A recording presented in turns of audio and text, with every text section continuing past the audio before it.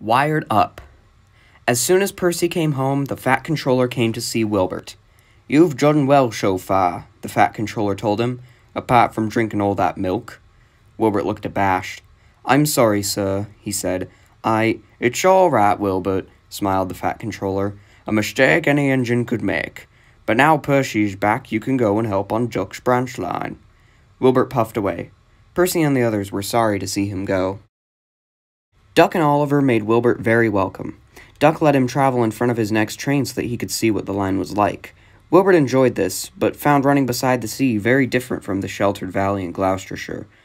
The next day he began regular work. During the afternoon he took some ballast wagons to the loading dock beside the small railway. Rex, Bert, Mike, and Jock were delighted to show off their stations to the new engine. Like the other trucks, those on Duck's line decided that they had better behave too. Donald and Douglas had kept them all in order, but Wilbert made sure they didn't forget what the twins had taught them. One day, Wilbert was at the ballast loader. As he tried to pull some full trucks away, there was a loud crack, and he shot suddenly backwards. The fireman got down to look. "The coupling gear on the wagon is pulled away," he said. "Now what?" Beside them, watching with interest, was Bert. "I pulled a train which was glued together once, when one of my couplings broke," he said. "We need more than glue here," said Wilbert's driver. Then he noticed a coil of signal wire lying beside the line.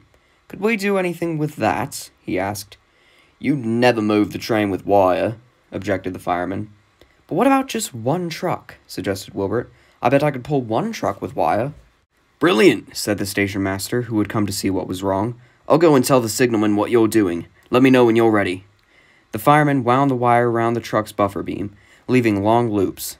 These he twisted into a rope, making a small loop at the end, which he fastened to Wilbert's coupling hook. A shunter uncoupled the front truck from the rest, and at last everything was ready. "Right, Wilbert," said his driver. "Gently now."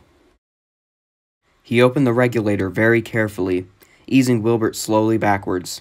The wire tightened, stretched, and held. Slowly the truck followed Wilbert out of the siding, and he could then push it into another, out of the way. Then he went back to his ballast train. This time there was no trouble, and he reached the big station late, but safely. By the end of his stay, the Fat Controller knew an engine like Wilbert was exactly what he needed. "I am delighted, Wilbert," said the Fat Controller. "Please take our best wishes to your friends in the Forest of Dean.